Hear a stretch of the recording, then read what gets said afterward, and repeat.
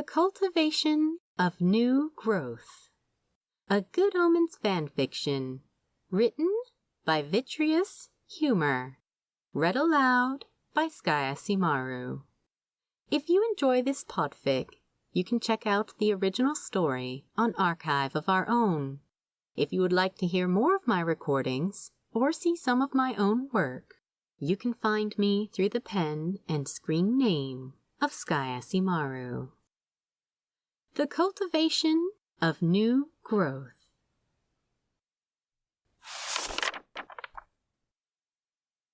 So, the plants. After the apocalypse, between one thing, then another, if one thing was bluffing hell and heaven with a pair of threes, and the other was nervously, anxiously, and hopefully beginning to court Aziraphale, and allowing himself to be courted in return, the plants sort of got shelved. Oh, Crowley continued to take good care of them. Water, humidity, blood meal, bone meal, the whole 9 yards. They wanted for nothing, and they were too well behaved, by far, to go completely off the rails if he could only spare a nasty look and a spat curse on his way out the door. They bloomed green and lush and gorgeous. Crowley started to get used to coming around from Aziraphale's place with a surreptitious check for surveillance, and things were going just fine until they weren't. He just woke up off. No big deal. It happened sometimes. Why wouldn't it? He was a near immortal creature of hellfire and malice, cast out of heaven and sent to trouble the restless dreams of mankind. He was allowed to have an off day or 3. But Crowley woke up off, and Aziraphale was coming over later, and it was turning into one of those days when he was just always a hair behind, no matter what corners he cut or what he did to catch up. It was close to 5 by the time he got around to tending his plants, and a little later than that when he realized that the little jade plant he'd acquired a few years ago had not one, but several shriveled leaves. They were towards the back of the plant, as if it were trying to hide them, and he glared at it. "Are you fucking joking with this?" Crowley demanded, his voice low. "You are, right? Did you think this was in any way acceptable? You have been told and told what is acceptable, and if this is what you've decided to do, then we are obviously having a problem." The jade plant seemed to shudder when he picked up its pot. Good. It had come to sensible fear, even if it was rather too late. "It seems that I have been a little too lenient with you lot lately," he said, raising his voice to carry. "I take my eyes off you for a single blessed second, and you decide that you can do whatever you like. Well, let me remind you what a very bad idea that is." He carried the jade plant, now wilting a little more than it had been before, around to the rest. "You weren't here very long at all, so I doubt they're going to miss you. But maybe you can at least be a decent cautionary example." He carried the jade plant towards the kitchen, scowling at the way the thick, plump leaves drooped over his fingers. "Don't snivel," he snapped. "I won't stand for it, and it's too late for that in any case. It already was when you started thinking that shriveled leaves was somehow just ducky." He was intending to chuck the jade plant straight into the garbage disposal, when he came into the kitchen and realized he wasn't alone. "Aziraphale," he said with surprise. They stared at each other. Crowley with a terrified and inadequate jade plant in his hands, and Aziraphale with the red velvet cake that Crowley had bought to share in his. Crowley blinked, and Aziraphale, who did so even less frequently, did as well. "That was for later," Crowley said, and Aziraphale blushed a little. Well, it looked so very lovely. I just wanted to take a closer look at it." Crowley nodded at the cake knife, plate, and fork on the counter. "Of course. Makes sense." "I'll put it back, shall I?" Crowley grinned. Nah, have a slice now, if you want. If we go to that molecular gastronomy place that you found, it's not like you're going to ruin your appetite." "Oh, very true," said Aziraphale, pleased. "Would you like me to cut a slice for you as well?" "Only if you're not going to let me have the last bite." It was a demon thing. Demons could get a full meal off of stolen bites and last bites, which made them irritating dinner companions, but impressively cheap and easy to feed. "Of course you may. I would insist." "Course you would, Angel," Crowley said fondly. "Here, just give me a tick and—" He blinked when Aziraphale stepped between him and the sink, cake still in his hand and a slightly odd look on his face. "Angel?" That plant. "Yeah?" May I have it?" "No!" The vehemence with which he responded made them both pause. Crowley was startled by the anger that welled up at the thought of handing the jade plant over to Aziraphale, and that was downright weird, because he was not in the habit of denying the angel much at all.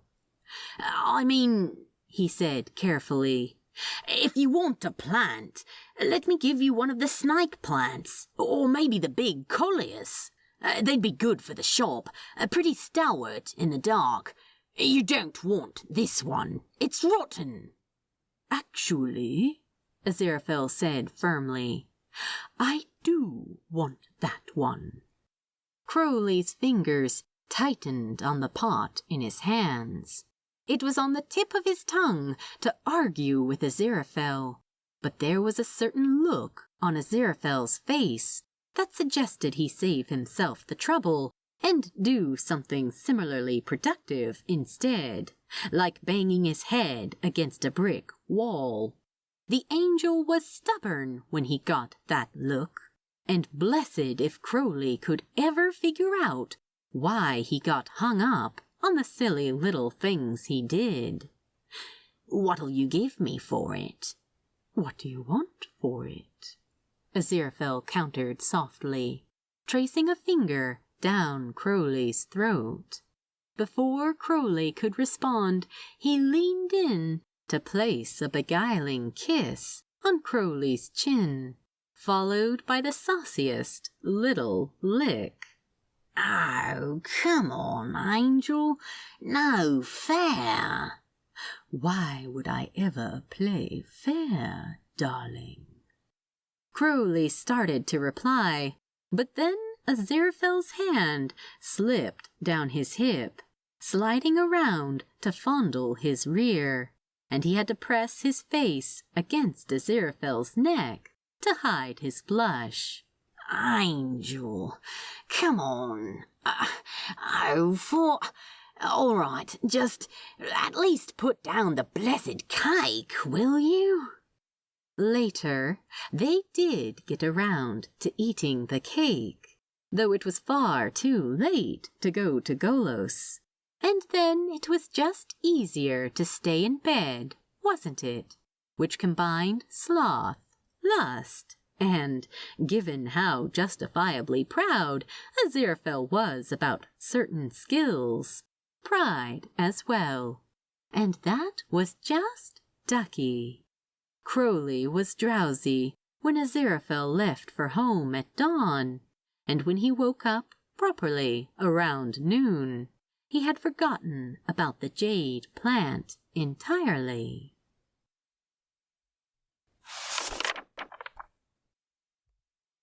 Crowley didn't think of the jade plant at all for another 2 months, not until he was back at Aziraphale's with a rather good brandy that he was very proud of himself for sharing, rather than drinking on his own.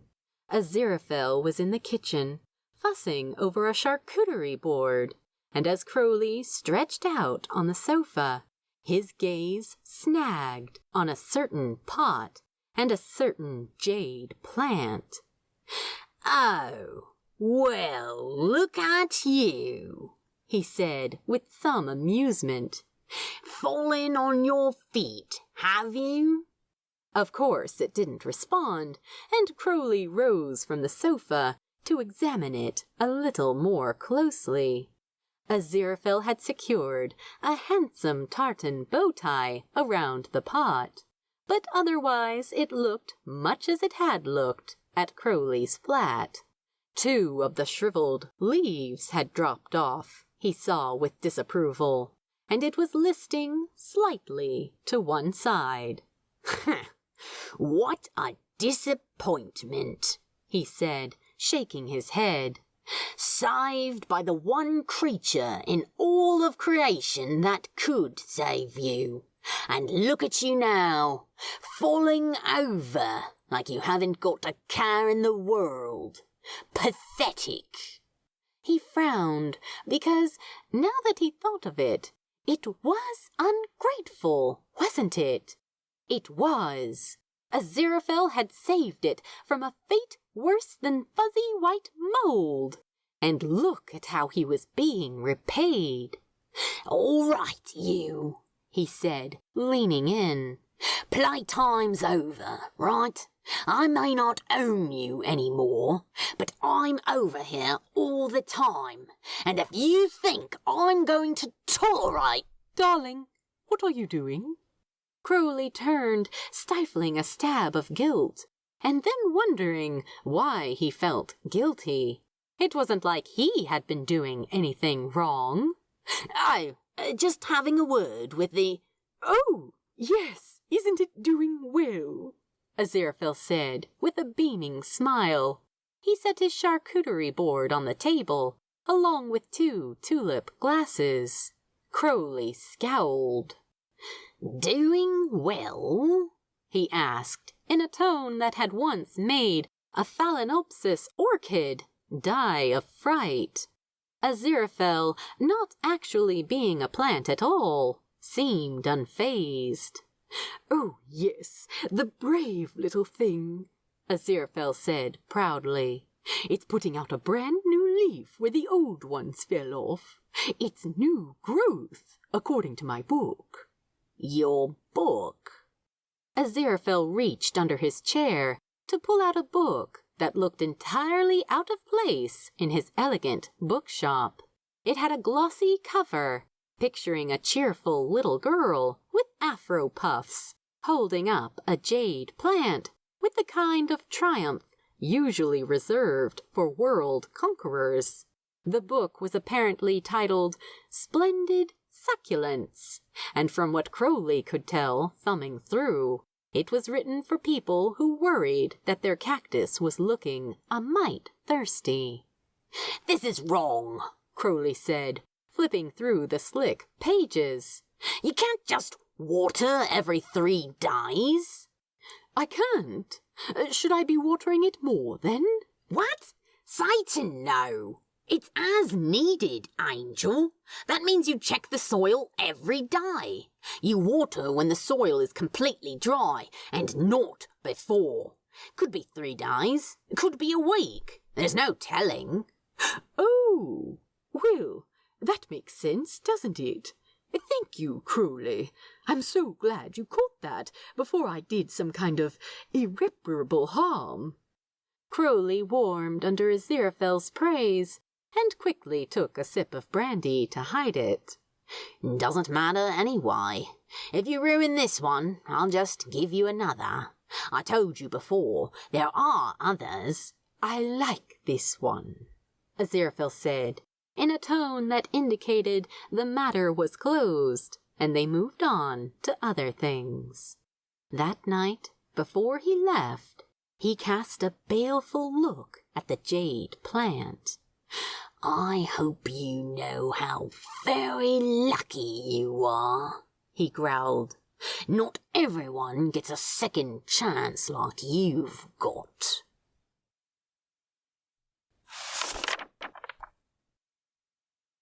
The next time Crowley made it over to the bookshop, he saw that a little wooden stake had been stuck in the jade plant's pot, and pieces of twine had been used to lash the plant's main stalk to the stake. "What's this?" he asked when Aziraphale came out with the wine bottle. "It's not a bleeding bonsai." Oh, I saw it was looking a little bit tilty the other day. My book suggested staking it and hoping that the support would help it strengthen the main stalk. I think it's helping a bit, don't you? It would be, but look here. You're using twine and it's cutting into the stem, you see? You need fabric strips to do the job properly. He showed Aziraphale the spots where the twine had bit into the jade plant's fleshy stalk. There was already a bit of moisture leaking from the worst spot. It looked a bit like a wound. "Oh, no!" Aziraphale said, eyebrows drawing together in sorrow. "Goodness, I had no idea I was doing such a bad job. Is it too late to fix it, Crowley?" Crowley snorted. It's a cheap little jade plant, Angel. They're like 12 quid if you don't get them on sale. I'll buy you a new one if you're so attached. But is it too late to fix this one?" asked Aziraphale, sounding far more anxious than the matter deserved. "Are you telling me it's quite ruined?" The word ruined sent a nasty shudder up Crowley's spine. He scowled. "Of course it is," he exclaimed. "Just look at it. It's lost leaves. You've got it lashed up like it was on life support." "I meant the damage from the twine," said Aziraphale sternly. And Crowley threw up his hands. "No, probably not," he said. "Replace the twine with fabric strips, like I said, and dust the raw spots with some antifungal powder to make sure they don't pick up anything nasty. It should be fine." Aziraphale looked incredibly relieved. What a strange angel he was, when most of heaven would damn the world to get one over on hell. "Oh, wonderful. I was so afraid."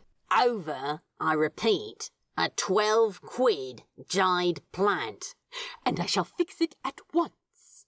Then Crowley had to wait while Aziraphale cut some strips of fabric out of an old handkerchief and removed the twine, speaking softly as he did so. Crowley stretched out on the sofa and tried not to eavesdrop, but it wasn't like Aziraphale was very far away. "Poor little thing. I am so very sorry. I didn't know better. There, dear, you'll be feeling better in no time, won't you? I shan't hurt you like that again, I promise." Crowley hunched in on himself, turning onto his side to face the back of the sofa. He told himself he didn't ache over the softness of the angel's voice. Of course Aziraphale was soft. That was certainly not news. "Why don't you just miracle it better?" he demanded. "Pardon?" "You did it all the time at the Dowling's place. You would have been out on your ear if you couldn't. Just miracle it better. Make it perfect. Why don't you do that rather than taking all this trouble? Oh, Aziraphale considered. Why don't you? He asked gently. Crowley didn't have an answer for that.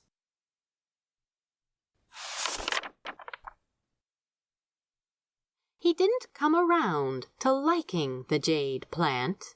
He couldn't, not when it seemed to yellow with the least provocation, not when the main stalk acquired a distinct bend even after the staking had gotten it standing upright again. However, it lived in the bookshop with Aziraphale, and Aziraphale seemed so blessed fond of it, turning it so that it grew evenly, always checking the soil to make sure that it had just the right amount of moisture. Close to Christmas, it picked up a case of scale, and Crowley very patiently showed Aziraphale how to dab at the affected spots with a bit of rubbing alcohol. It was touch and go for a bit, and they lost enough leaves that it looked quite lopsided, but it survived, and something about how relieved Aziraphale was over that made Crowley's heart tighten in a funny way. He didn't much like looking at the jade plant, with its less than perfect leaves and its lopsidedness, but when he told Aziraphale so, the angel only pursed his lips. It doesn't have to be nice to look at. It doesn't have to be anything but what it is, he said, and Crowley gave up because they were never going to understand each other on this matter. So matters went on until sometime after New Year's, when Crowley spotted a twisted stalk on the coleus. What in the name of the holy fuck is this? He demanded. Are you serious? Do you really think that something like this would be forgiven? I have absolutely been too soft on you lot if you didn't learn from the jade plant. He reached for the coleus, blinking when he realized that Aziraphale was standing in the doorway. The angel had a strange look on his face, his hands folded in front of him, as if otherwise they would be fluttering in stress or worry. Oh, hi, Angel. How long have you been here? I just walked in the door. Crowley, what are you doing? Gardening?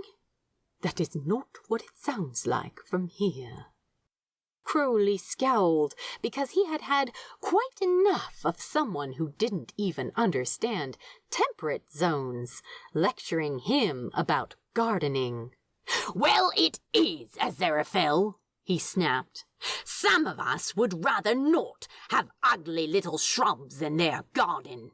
Some of us actually care about keeping up appearances and proper discipline. You can't have them thinking that it's all right to go dropping leaves and picking up scale left and right, no matter what the little loser sitting in your east window does. Crowley, don't you know they love you? Aziraphale would have stunned him less if he had punched him square in the chest. No, they don't. Aziraphale suddenly looked less like an eccentric bookseller and more like something that had seen the stars lit and the nebula kindled. He looked very old and very sad. Of course they do, my darling. You care for them. They see you every day. You help them grow. Of course they love you. Crowley shook his head. He looked down at the coleus. It was shivering, not out of fear, but because his hands suddenly felt less steady than they were a moment before. That's not true. It's not like humans feel love, or animals, not even like places can. but they do feel it in their leaves, in their roots. They know you, they are terrified of you, and they love you. Because I take care of them. Crowley felt numb, except for something soft and hateful and quivering inside him. Yes. Crowley was still as Aziraphale tactfully took the coleus from his hands. When Aziraphale held it, the twisted stalk looked not good, but maybe less like the sin it had been a moment ago. The entire solarium looked different somehow. Or maybe it was only that he was different than he had been. He wanted to smash every single plant in the place. He wanted to cry because he wasn't thick enough to miss the things that Aziraphale was so kindly not putting into words. He was so tired. It wasn't fair. It never had been. I could take this one back to my place, Aziraphale suggested after a while. You told me that it liked shade. It would have been easier. The jade plant could have a friend. Coleus did remarkably well in low-light conditions. Keeping it would be difficult. He would have to stare at that twisted stalk all the time, and then it would mean that the others would relax, think it was just fine to drop leaves and develop yellow spots and burned tips. They would think it was just fine to question him. Love was difficult. Nah, he said at last. His voice was thicker than usual, but it was steady enough. Nah, just leave it here. I read that you can untwist bends like that with some training, like they do for bonsai. Bit beyond your skill set, begging your pardon, Angel. I'll do it. I'm sure you're right, Aziraphale said. Now, you promised to show me that television program you found, the one with the bakers. I did, said Crowley with relief. Come on, I'll order you some takeout so we can enjoy it properly. It turned out that Crowley was right. A certain amount of retraining and creative staking fixed the bend in the main stem quite neatly. It was never as straight as it had been, but the bend was corrected, and the coleus leaves, pale green splotched with a showy fuchsia, were as lovely as ever. It wasn't perfect, but somehow it was still all right. It was forgiven. And Crowley realized one day, rustling the velvety leaves to simulate a breeze, that it forgave as well.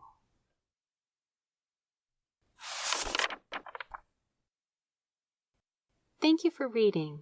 Please drop by the archive and let the author know what you thought of their work.